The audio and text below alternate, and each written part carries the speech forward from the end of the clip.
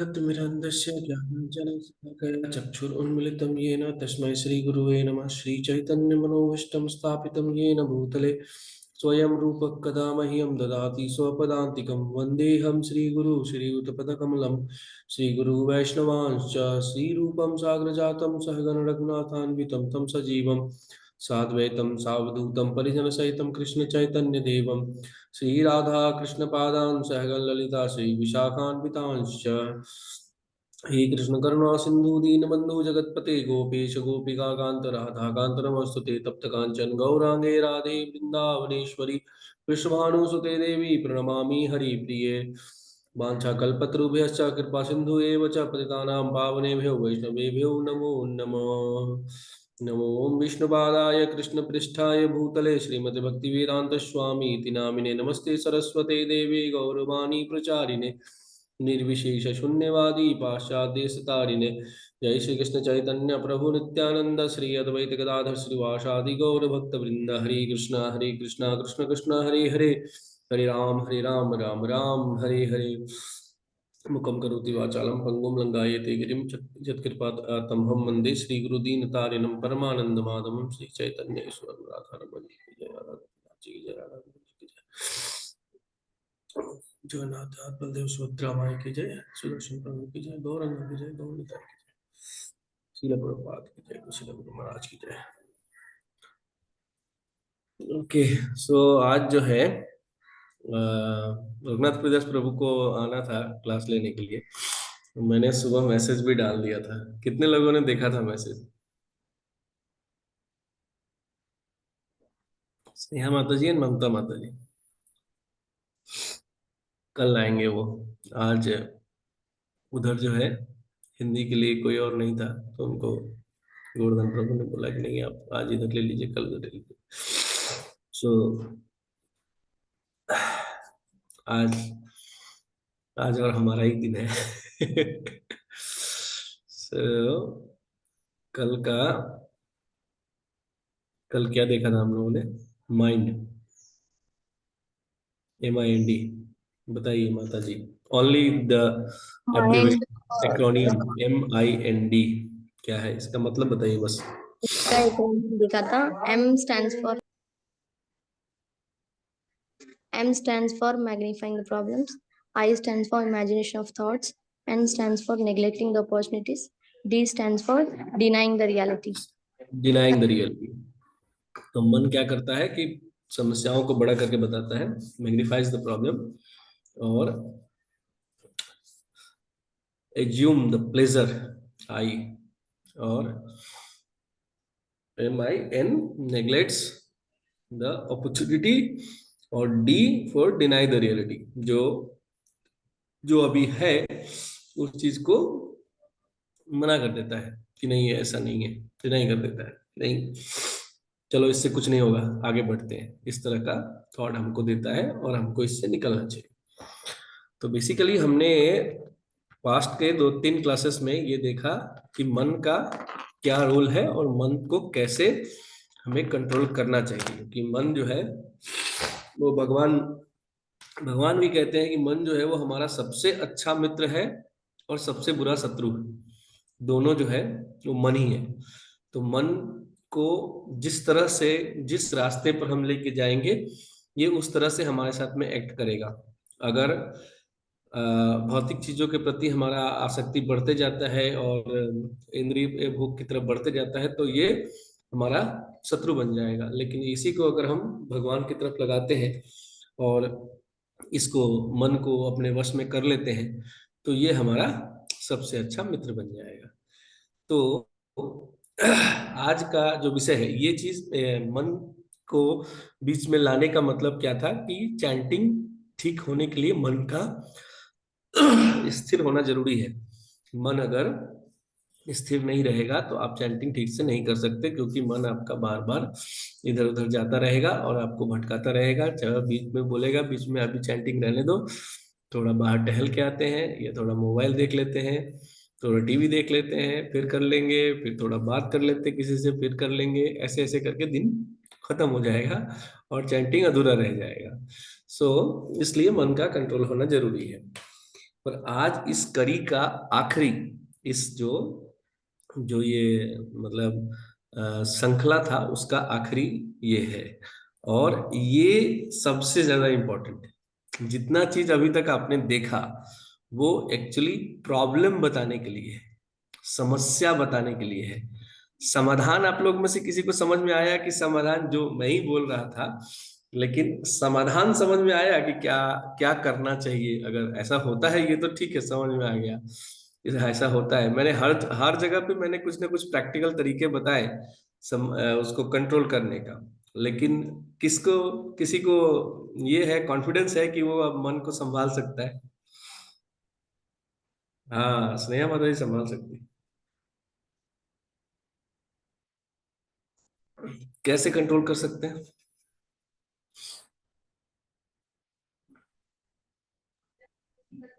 क्या प्रभु? मैंने पूछा था मन को आप संभाल सकते हैं, तो आपने हाथ उठाया, तो कैसे संभाल सकते हैं मन को?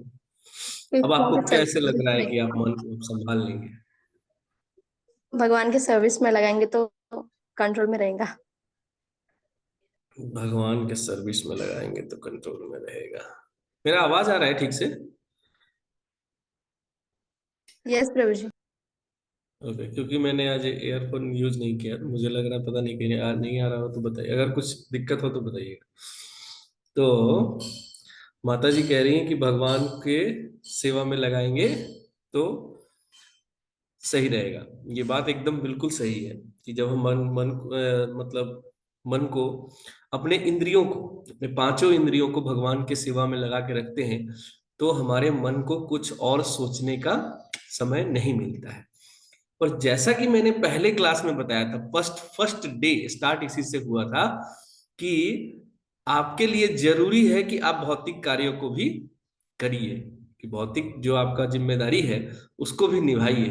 तो आज के डेट में प्रैक्टिकल तो ये हो ही नहीं गया ना कि आप पूरा पांचों सेंसेस को भगवान में लगा के रखेंगे। ये तो प्रैक्टिकल नहीं है। आप सन्यासी तो नहीं है, आप सन्यासी नहीं है, आप मंदिर में नहीं रह रहे हैं। देन फिर क्या करेंगे? भावना भावित कर्म करें, जो भी कर्म करें भगवान के लिए करें। हाँ, भगवान के लिए कर्म करेंगे। भगवान के लिए कर्म करेंगे तो मन भगवान में लगा रहेगा। लेकिन अब इसके ऊपर की बात यह है कि भगवान के लिए कर्म करेंगे, ये भी एकदम आपने सही बोला। माता जी ने बोला कि भगवान के कर्मों में, भगवान में मन को लगाएंगे तो मन स्थिर हो जाएगा। ये दोनों चीजें अच्छी, मतलब एकदम सही है, एकदम सही जगह पे हैं आप लोग, मतलब अच्छे रास्ते पे चल रहे हैं। तो इसको एक स्टेप आगे बढ़ाते हैं कि भगव आपका आपको भगवान के काम में लगना है, आपको भगवान के सेवा में लगना है, और आपका जो सेवा है, जो भौतिक सेवा है, उसको भी भगवान का सेवा की तरह बनाना है। कि आपका जो जो कार्य आप दिन में कर रहे हैं, मतलब जैसे कि खाना बना रहे हैं, घर की सफाई कर रहे हैं, बच्चों को पढ़ा रहे हैं, या कोई अगर नौकरी कर रहा है तो वो नौकरी कर रहा है, आपको इस काम को भी, इस कर्म को भी कर्मयोग बनाना है। ये मैंने बताया कि इसको कैसे कर्मयोग बनाएंगे। पर इन सब चीजों को करने के लिए एक चीज का जरूरत होता है, वो होता है इच्छा शक्ति। कि आपको आपको इच्छा शक्ति आपके अंदर है, कि आपके आपके अंदर प्रेरणा है कि आप ऐसा काम कर सकते हैं। वो कैसे आएगा? वो आएगा भगवान के इच्छा से। क्योंकि जैसा हम लोग भगवत गीता में पढ़ते हैं कि भगवान को सबसे पहले जो जिस नाम से बुलाया गया है वो क्या है माता जी? ऋषिकेश है। ऋषिकेश दूसरी बार बोलते हैं, पहली बार अच्युत बोलते हैं। च्युत जी। अर्जुन अर्जुन सबसे पहले भगवान का नाम लेते हैं ना, कि तब वो बोलते हैं रथ को सेना के बीच में लेके जाने के लिए, तब वो अच्युत बोलते हैं। तो दोनों चीजें, जो जो पॉइंट है वो ऋषिकेश ही था। मैं ऋषिकेश पे ही आने वाला था। बट अच्युत पहले बोलते हैं, ऋषिकेश उसके बाद में बोलते हैं। ऋषिकेश तब बोलते हैं जब उनको उनको समस्या का समाधान चाहिए होता है, उनकी इंद्रियां जो है वो आउट ऑफ कंट्रोल हो रही है, उनका सेंसेस आउट ऑफ कंट्रोल हो रहा है, तो वो इस नाम से बोलते हैं ऋषिकेश। तो ऋषिकेश मतलब वो जो मतलब इंद्रियों के स्वामी है, जो सारे इंद्रियों के स्वामी है। तो हमारी इंद्रियां जब वश में नहीं है तो हमें करना ये होगा कि हमें इंद्रियों के स्वामी को रिक्वेस्ट करना पड़ेगा कि ये नहीं हो रहा है, ये आप देखो। तो ये चीज कैसे है कि आपको ये चीज क्यों समझना चाहिए और मैं ये चीज क्यों बोल रहा हूं, क्योंकि हमारे आचार्यों ने, सभी आचार्यों ने इसी तरह से इस चीज को किया है। यही तरीका उन सब ने अपनाया है। कोई भी, जो भी आप जितना भी आप आचार्य जिनको आप जानते हो, उन सब ने इस एकमात्र साधन का उपयोग किया है। जैसे आप लोग अपने संप्रदाय में आचार्यों के नाम बताइए, किस किस को आप लोग जानते हैं अच्छे से। हरे कृष्णा। सनातन गोस्वामी, रूप गोस्वामी, जीव गोस्वामी, गोस्वामी। लोकनाथ स्वामी, नरोत्तम दास, हम्म दास ठाकुर। थोड़ा नीचे से आइए, नीचे से ऊपर जाइए। आप ऊपर एकदम सठ गोस्वामी और सबसे प्रसिद्ध लोगों के नाम हमारे जो क्रम गुरु है ना, क्रम से जाइए। हाँ, तो प्रभुपाद जी हैं, प्रभुपाद जी हैं, भक्ति सिद्धांत सरस्वती ठाकुर है, गौर किशोर बाबा जी भक्ति हैं, विनोद है, गौर किशोर बाबा जी हैं, भक्ति जगन्नाथ विनोद बाबा ठाकुर जी है, हैं। जगन्नाथ जगन्नाथ बाबा जी महाराज हैं। ठीक है। तो इसमें से जो हम लोग जैसे जो डेली प्रेयर्स करते हैं और जिनके नाम डेली प्रेयर्स में आते हैं, उनको हमेशा हमको ध्यान देना चाहिए, उनकी वाणी को, और उनका मतलब उनके जो इंस्ट्रक्शन है, जो उन्होंने जो आदेश दिए हैं, उस पे हमें चलने का कोशिश करना चाहिए। जैसे मैंने पहले वृंदावन सीरीज के समय मैंने बताया था आपको इनके बारे में, विश्वनाथ चक्रवर्ती ठाकुर के बारे में, जिनका हम सुबह का पहला प्रार्थना हम उनका ही गाया हुआ, उनका लिखा हुआ मतलब पढ़ते हैं। सेकंड प्रार्थना जो है वो प्रभुपाद जी ने, जो नरसिंह आरती है, वो प्रभुपाद जी ने 2 जगह से लिया हुआ है। तो वो पहले दूसरे 2 बुक्स में से है, वो प्रभुपाद जी का है, मान के चलिए, हम लोग मान लेते हैं एक बार, क्योंकि उन्होंने उसको उस रूप में हमें दिया जिस रूप में हम गाते हैं। उसके बाद में तीसरा प्रार्थना है तुलसी आरती, जो इनका दिया हुआ है कृष्णदास कविराज का, कृष्णदास कविराज नहीं है, दोनों दोनों कृष्णदास अलग अलग। तो फिर उसके बाद में हम गाते हैं ये गुरु वंदना। गुरु वंदना दिया हुआ है इनका नरोत्तम दास। नरोत्तम दास ठाकुर का, लोकनाथ गोस्वामी के लिए उन्होंने लिखा था। अब संध्या आरती में जैसे जैसे जितना सारा इंपॉर्टेंस है ना, संध्या आरती में हम लोग किसका प्रार्थना गाते हैं, क्या गाते हैं संध्या आरती में? गौर आरती, गौर आरती। गौर आरती किसने लिखा है? हाँ माता जी। नहीं मालूम, हाँ। ये नहीं मालूम है। गौर आरती गाइएगा तो मालूम हो जाएगा। भक्ति विनोद ठाकुर जी ने गाया क्या?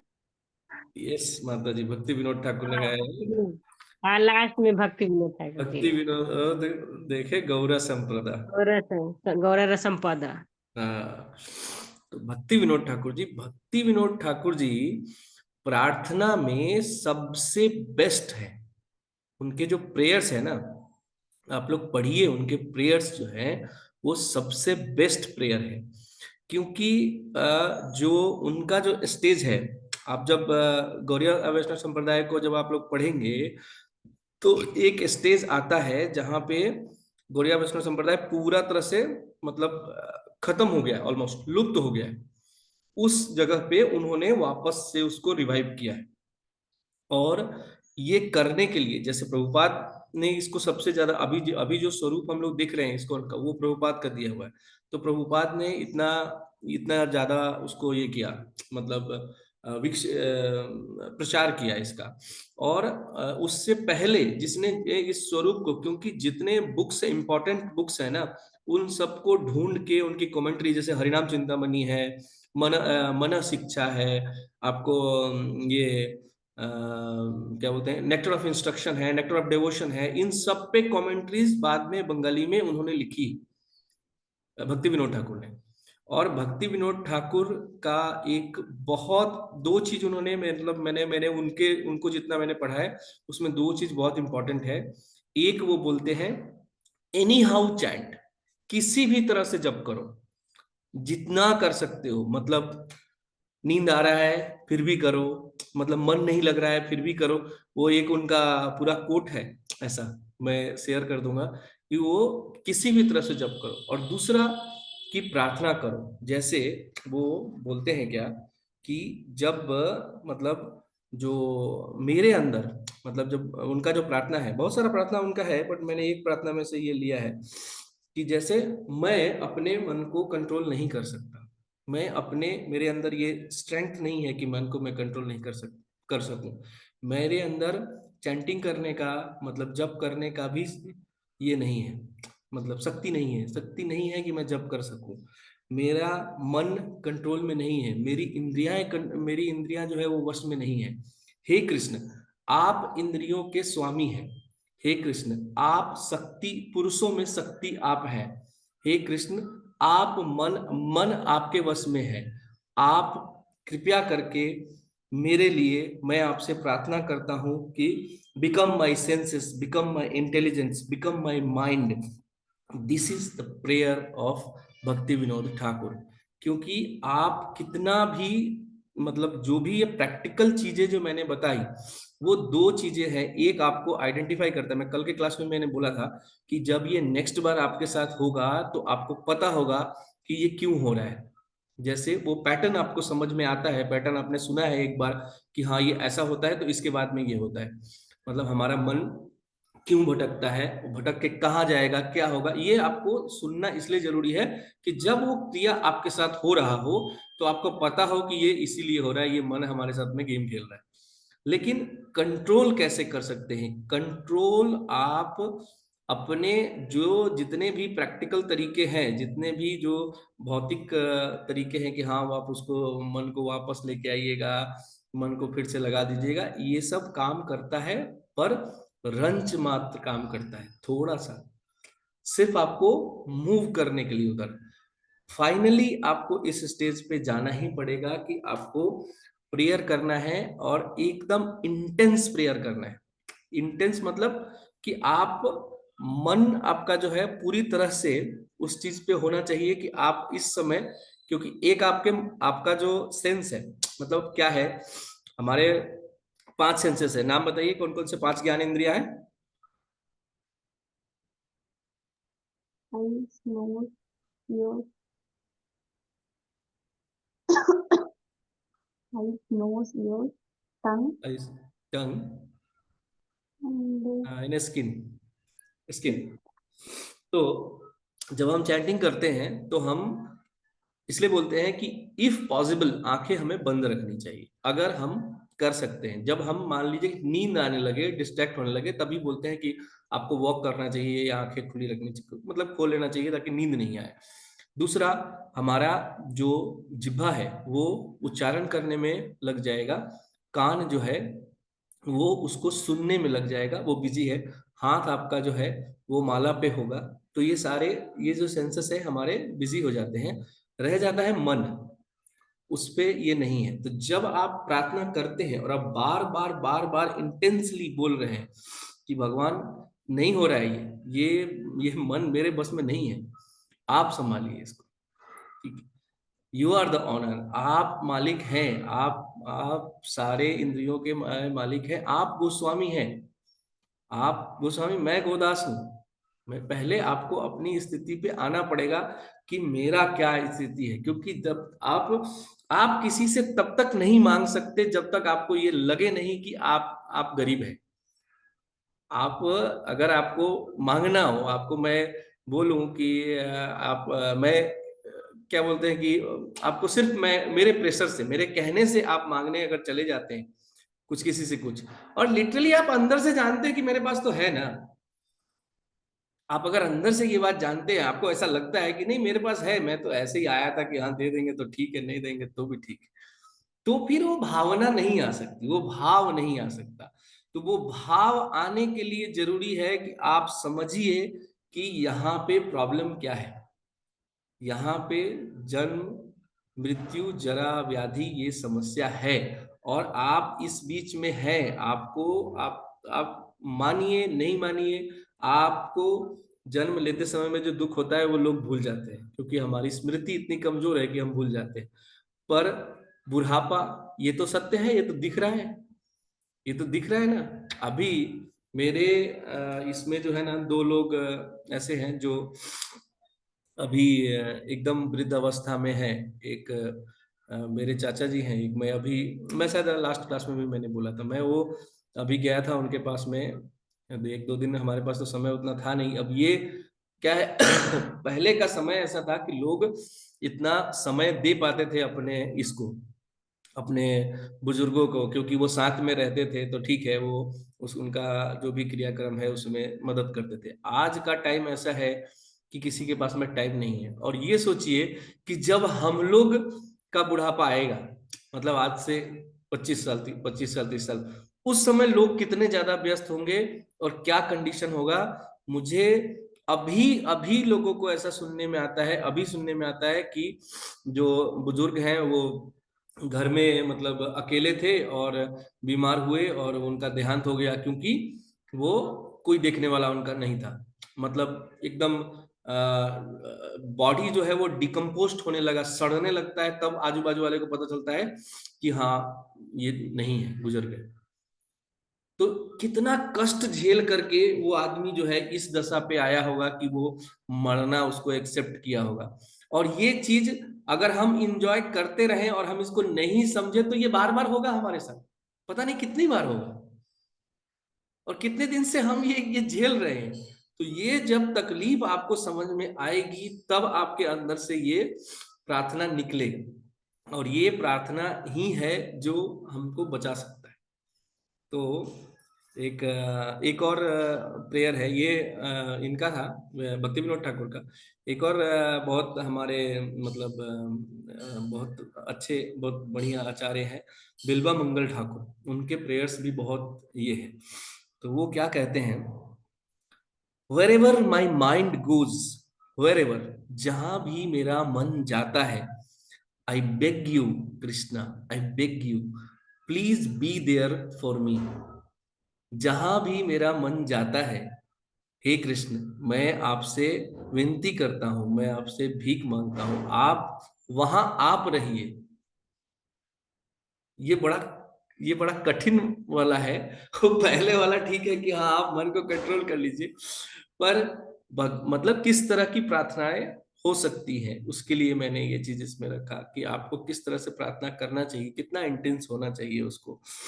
फिर एक हमारे महाराज है, वो कहते हैं, आप लोग को एक माता जी थी अभी क्लास में, कुछ लोग जो है वो एक पर्टिकुलर दिन ज्वाइन करते हैं, फिर उसके बाद नहीं आते। एक माता जी, दीपिका माता जी ने उस दिन मेरे से पूछा था कि अ, जब भगवान हमें ऐसी कंडीशन में लाते ही क्यों है ऐसा।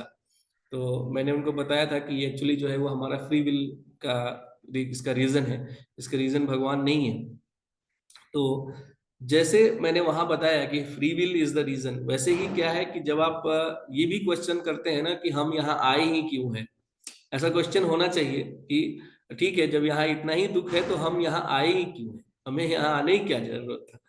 तो एक्चुअली इसका भी जो जवाब है वो वही है कि हमारा जो फ्री विल है ना, वही रीजन है कि हम यहाँ आए हैं। हम यहाँ इसीलिए आए हैं कि हमारा जो भगवान ने एक चीज हमको दे रखा है कि हमारे पास में चुनने के लिए ऑप्शंस होते हैं, कि हम इधर ये कर सकते हैं, इधर वो कर सकते हैं। और यही इच्छा जो है, यही इच्छा करने का जो ये है, वो हमको यहाँ लेके आया कि हमने ये सोचा कि जो जब जब जीव जो है, जब गोलोक वृंदावन में था, जब वैकुंठ में था भगवान के पास, तो वहां क्या है, भगवान अकेले ही भोगता है, या ऑलवेज भगवान अकेले ही भोगता है, और कोई भोगता नहीं है। हम लोग सब भोग वस्तु ही है। आपको ये अभी मानिए या बाद में मानिए, पर ये मानना पड़ेगा, क्योंकि यही सत्य है कि हम लोग भोगता नहीं है। बट जिस दिन हमारे मन में ये ख्याल आया कि भगवान अकेले ही भोक्ता क्यों है, मुझे अपना साम्राज्य भी चाहिए, मैं खुद भी इंजॉयर बनूं, मेरे मेरे अपना भी मेरा कुछ हो, तभी हम वहां से यहाँ आए कि ठीक है जाओ और बनाओ अपना। और यहाँ सब लोग अपना अपना साम्राज्य ही बना रहे हैं। आप देख लीजिए, कोई ऐसा है जो अपना साम्राज्य बनाने में नहीं लगा हुआ है? हर आदमी यही काम कर रहा है, वो अपना साम्राज्य बनाने में लगा है। और इसी को वो इतना मतलब आप किसी को जब मिलेंगे ना, तो वो इस चीज को इतना मतलब अच्छे से बताएगा कि पता है प्रभु, 2 घर बना दिए मैंने, इतना इतना ये ले लिया, प्रॉपर्टी ले लिया, गाड़ी देखिए प्रभु, आइए प्रभु नया गाड़ी दिया प्रभु, नया देखिए। क्या है, उनको उनको भी पता है, एक्चुअली वो भी जानते हैं, ऐसा नहीं कि वो नहीं जानते, वो भी जानते हैं कि ये क्षणिक है, कुछ दिन के लिए है। पता चलेगा प्रॉपर्टी तो है, लेकिन अब उसका उसको देखने वाला ही कोई नहीं, उसको देखने वाला कोई नहीं है, कोई उसको उसका ध्यान रखने वाला नहीं है, क्योंकि अब जिसके लिए आपने बनाया उसको वो चाहिए नहीं। जैसे अब अभी अगर आप गांव में जाएंगे, गांवों में तो बड़े बड़े बहुत सारे गांव ऐसे हैं जहां बहुत बड़े बड़े घर बने हुए हैं, बट रहने वाला नहीं कोई। तो जब जब उनके जिसने भी वो बनाया, जब वो उन्होंने बनाया तो यही सोच के बनाया था ना कि पूरा मेरा बड़ा परिवार है, सब लोग रहेगा, सब लोग यहाँ आनंद आनंद से रहेंगे अच्छे से। बट एक्चुअली जब वो लोग बड़े हुए तो उनको उसका रिक्वायरमेंट नहीं था, उसका जरूरत नहीं, उनका जरूरत ये हो गया कि वो शहर में जाके रहें, तो वहां वो खाली पड़ा है। तो कहने का मतलब मेरा ये है कि हम सिर्फ साम्राज्य बनाने में, मतलब जो ये हमारी जो इच्छा है ना कि हमको ये करना है और ये करना है, यही हमारा मतलब पतन का कारण बनता है। क्योंकि जितना ज्यादा आप इच्छाएं करेंगे, उतनी ज्यादा समस्याएं आप अपने लिए पैदा करते हैं। तो हमारे एक महाराज हैं, उनका प्रेयर है, वो क्या कह रहे हैं, oh my dear lord Krishna, free will is my problem. मेरे प्रिय कृष्ण, ये जो चुनने की इच्छा है, ये जो चुनने की आजादी है, ये मेरी समस्याएं हैं। I don't know how to manage it. इसको कैसे संभालना है मुझे नहीं पता, मैं नहीं जानता इसको किस तरह से संभालना है। I am begging you, please take my free will and manage it for me. मैं आपसे प्रार्थना कर रहा हूँ, मैं आपसे रिक्वेस्ट कर रहा हूँ, मैं आपके सामने मतलब ये नतमस्तक हूँ, आप ये फ्री विल ले लीजिए। आप जो ये चुनने की इच्छा जो है मेरी, जो आजादी है, इसको आप ले लीजिए और आप देखिए इसको कैसे मैनेज करना है। ये आप जानिए कि इसको मैनेज कैसे करना है, ये मेरे से मैनेज नहीं हो रहा है। तो इस तरह से, जैसे जब हम हरे कृष्ण महामंत्र का मतलब पढ़ते हैं ना, ये मैंने एडिशनल प्रेयर्स बताए, लेकिन जब हम हरे कृष्ण महामंत्र का जब मतलब पढ़ते हैं कि उसका मतलब क्या है, तो उसका मतलब भी यही है कि जब हम मतलब जो जब हरे कृष्ण महामंत्र में जो हरे शब्द है ना, वो भगवान की अंतरंगा शक्ति यानी राधा रानी को संबोधित करता है। और उसमें हम राधा रानी को ये कह रहे हैं कि हे राधा रानी, आप कृपया करके हमें भगवान के दिव्य सेवा में संलग्न कीजिए। उनसे सेवा करने की प्रार्थना कर रहे हैं कि अरे भगवान, आप हमें भगवान की सेवा में नियोजित करिए, आप हमको भगवान की सेवा में लगाइए। और यही बार बार कह रहे हैं। तो जब हम महामंत्र पढ़ रहे होते हैं, जब हम महामंत्र बोल रहे होते हैं, तो हमारे अंदर ये थॉट चलना चाहिए, हमें अंदर से ये प्रार्थना होनी चाहिए। और ये प्रार्थना ही जो है वो कृष्ण भावनामृत में आपको आगे ले जाने का मूल मंत्र है। That is the secret. यही वो चीज है जो आपको आपके चैंटिंग को अटेंटिव बना सकता है। क्योंकि सब लोग ऐसे प्रैक्टिकली लोग कह देता है कि हाँ, इनअटेंटिव चैंटिंग नहीं करना चाहिए, वो अपराध है, अटेंटिव चैंटिंग करना चाहिए, आपको ध्यान से चैंट जप करना चाहिए। अगर आप जप करते समय ध्यान नहीं करते तो जब अपराध होता है। लेकिन उसको, आपके मन को आप कैसे स्थिर रखेंगे, वो स्थिर रखने का तरीका यही है कि आप जब जप कर रहे हैं उस समय में आप कंटिन्यूअस आपको प्रार्थना करना है और भाव के साथ में करना है। वो भाव के साथ आपको तभी होगा जब आप ये समझेंगे कि यहाँ पे रहना जो है वो बहुत कठिन है, इस जगह पे रहना बहुत कठिन है। यहाँ बहुत प्रॉब्लम है। अगर आप ये चीज आपके अंदर है कि हाँ यहाँ पे भी ठीक है, सब बढ़िया है, अच्छा है, 2-3 फ्लैट ले लिया है, गाड़ी है, बच्चे अच्छे पढ़ रहे हैं, सब बढ़िया है, तो कोई दिक्कत नहीं है, ऐसे यहाँ पे भी रह सकते हैं। पर ठीक है, भगवान को भी बोल देते हैं कि अगर अगर नंबर लग रहा हो तो हमको भी बुला लेना। फिर प्रार्थना इंटेंसली नहीं होने वाला, फिर वो ऐसे ही रहेगा। तो आपको दोनों चीजें है, भौतिक कार्य करना है क्योंकि आपकी जिम्मेदारी है और आपको जिम्मेदारी दी गई है इसलिए आपको करना है, लेकिन अंदर आपको ये बात समझ में आनी चाहिए कि ये चीज जो है ये सिर्फ टेम्पोररी है और टेम्पोररी ही है। इसको इसको लेकर के इस लाइफ के बाद में इसका कुछ नहीं होने वाला, ये सब यहाँ ही रह जाने वाला है। तो उतना करना है जितना इंपॉर्टेंट है, जितना जरूरी है। ठीक है, so that's it for the day. मुझे लगता है आप लोग को समझ में आया हो प्रेयर्स का ये। अगर आपको कुछ समझ में आया हो तो it's all credit goes to our acharya and guru parampara. और अगर किसी को मैं आहत कर दिया हो, मैंने कुछ गलत बोल दिया हो, तो उसके लिए मैं क्षमा प्रार्थी हूँ क्योंकि ये मेरी गलती होगी। ओके ममता माता जी प्लीज। हरे कृष्णा प्रभु जी। प्रभु जी, चैंटिंग से संबंधित क्वेश्चन है। जैसे चैंटिंग करते हैं तो हम्म दो स्थिति कभी कभी आता है। एक तो थोड़ा थोड़ा आलस होता है, किसी तरह चैंटिंग कर रहे हैं, कभी नींद आ रहा है, कभी उबासी आ रहा है, फिर जग रहे हैं, कर रहे हैं, आराम से रिलैक्स करते हैं। और एक ये स्थिति हो गई। दूसरी हम्म स्थिति ये जब बहुत कम होता है ये स्थिति। कभी कभी क्या होता है कि बहुत सारा काम रहता है, बहुत एक्टिव रहते हैं, हमें चैंटिंग कर रहे हैं, हमें ये काम करना है, वो काम करना है, तो उस वो सोच सोच के चैंटिंग करते हैं, बीच में मन को खींचते भी हैं, भगवान की तरफ लाते हैं, फिर काम की तरफ भागता है। ऐसे संघर्ष करते करते हमारा पूरा कभी कभी सोलह माला हो जाता है। तो ये मुझे तो लगता है कि दोनों ही स्थिति ठीक नहीं है। सही हम्म। स्थिति क्या होना चाहिए? देखिए, जैसा कि हम लोग कहते हैं ना कि भगवान का नाम जो है वो स्वयं भगवान से भिन्न नहीं है। तो जब हम चैंटिंग कर रहे होते हैं तो हमें ये समझना चाहिए कि हम भगवान का संग कर रहे हैं, उस समय हम भगवान के साथ में हैं। अब जो प्रैक्टिकल और जो प्रैक्टिकल एप्लीकेशन है वो ऐसा है कि आपको एक चीज समझना चाहिए कि जैसे आपका आपके हम्म। प्रभु के साथ में आपका जो भी मतलब रिलेशन है, नॉट फॉर यू, मतलब जनरल एक पति पत्नी का जो रिलेशन होता है, मैं किसी आदमी का नाम नहीं ले रहा था कि इट्स नॉट लाइक दैट। तो जब एक हस्बैंड वाइफ का जो रिलेशन है उसमें क्या होता है कि समझिए आप एक एग्जांपल लीजिए कि एक पति पत्नी जो है वो साथ में काम करते हैं, मतलब काम करते हैं, दोनों नौकरी करते हैं। ठीक है, दोनों नौकरी करते हैं और दोनों घर संभालते हैं। ठीक है, दोनों घर संभालते हैं, दोनों नौकरी करते हैं, तो वो सुबह उठते हैं, अपने सुबह के सारे काम करते हैं और सुबह के काम करके और उसके बाद ऑफिस जाते हैं, दोनों साथ में जाते हैं।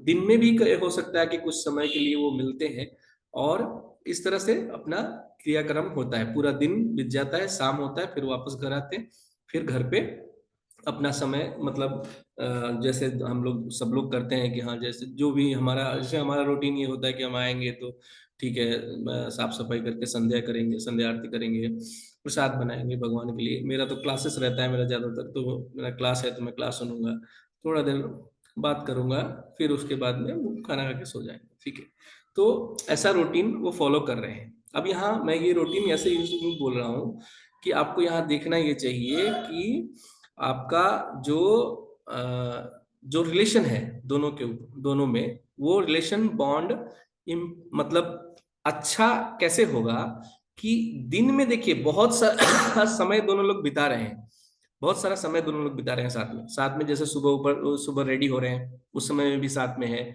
जाते समय में भी साथ में है, मतलब गाड़ी में साथ में है, ऑफिस में भी कई बार साथ में ये हो रहे हैं। पर ये सारा जो है वो एडिशनल है, इम्पॉर्टेंट ये है कि दोनों लोग कितना टाइम एक दूसरे के लिए ही दे रहे हैं, मतलब जिसको पर्सनल टाइम बोलते हैं। कुछ देर तो ऐसा होता है ना, जब आप जिसको मतलब पति पत्नी है या मतलब हाँ पति पत्नी की ही बात करते हैं, तो पति पत्नी है तो वो एक दूसरे के लिए कुछ समय निकालते हैं जब और कोई नहीं होता है।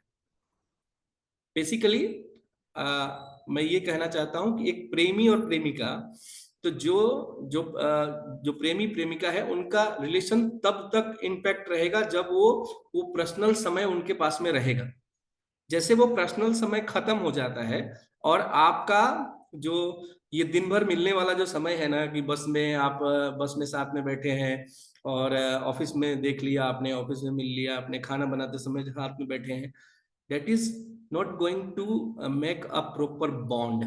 वो एक अच्छा रिलेशन बनाने के लिए काफी नहीं है।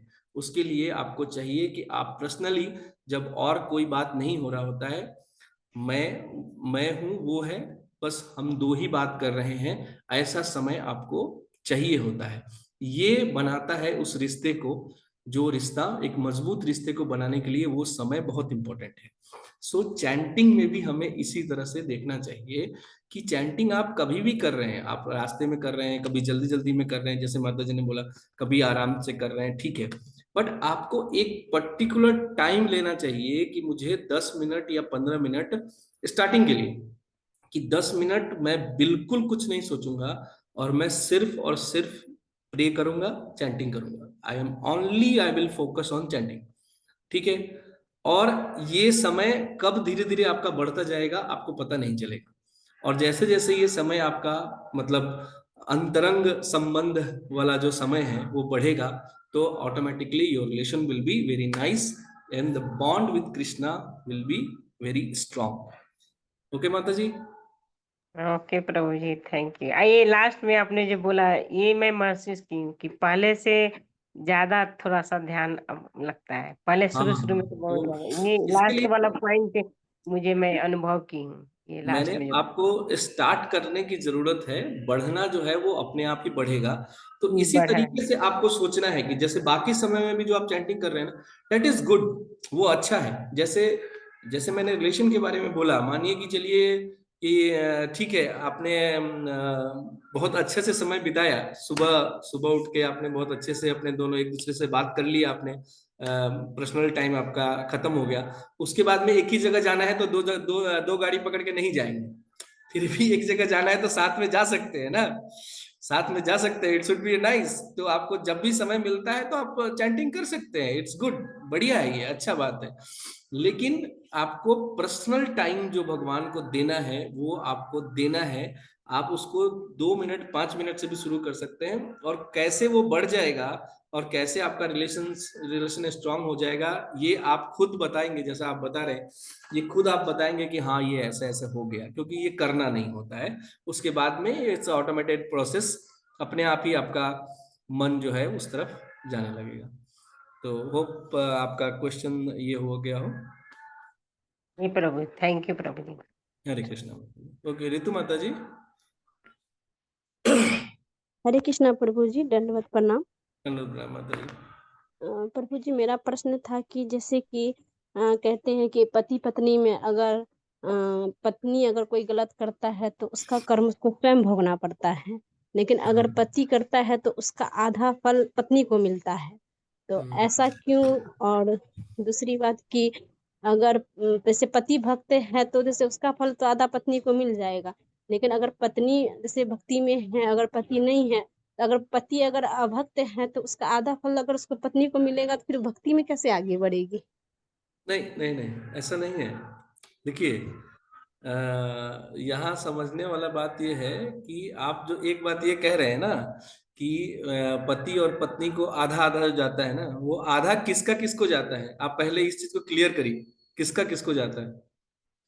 जैसे कि जैसे पत्नी अगर कोई गलत रास्ता पे है तो उसका मतलब उसका कर्म का फल उसको स्वयं भुगतना पड़ता है, उसको पति को नहीं भुगतना पड़ता है। लेकिन हम्म। अगर पति गलत करता है तो उसका आधा फल मतलब कि उसका अगर अच्छा करता है उसका फल भी उसकी वाइफ को मिलता है, और बुरा करता है भी है तो उसका भी फल उसका वाइफ को मिलता है।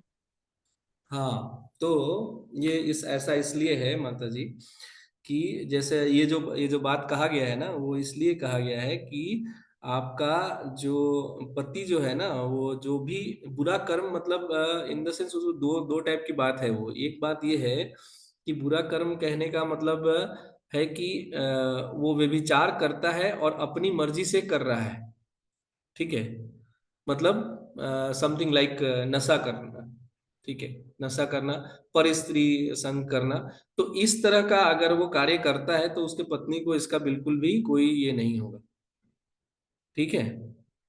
और एक चीज यहाँ पे आता है कि जो धन उपार्जन हो रहा है, जो पैसा वो कमा रहे हैं, उस पैसे कमाने के लिए अगर कुछ वो गलत क्रिया कर रहे हैं और उस जो वो पैसा कमा के आ रहा है उसका भोग आप भी कर रहे हैं, देन आपके ऊपर में उसका कुछ कुछ अंश आता है।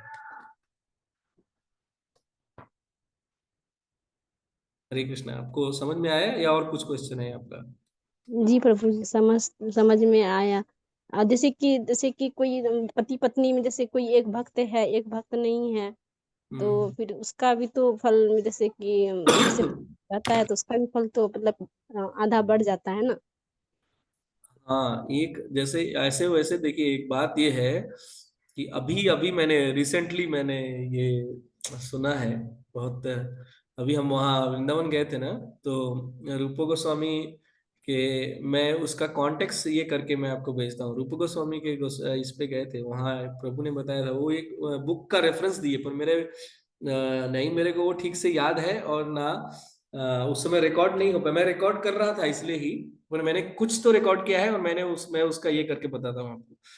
एक्चुअली क्या होता है कि जैसा वो ऐसा बोलते हैं कि जब एक पुरुष ये करता है, मतलब भक्ति करता है अच्छे से, अगर अगर वो भक्त बन जाता है, तो 21 पीढ़ियां जो है वो ये होती है, का उद्धार हो जाता है। 21 पीढ़ियों का, 7 पीछे का और 14 आगे का, ठीक है।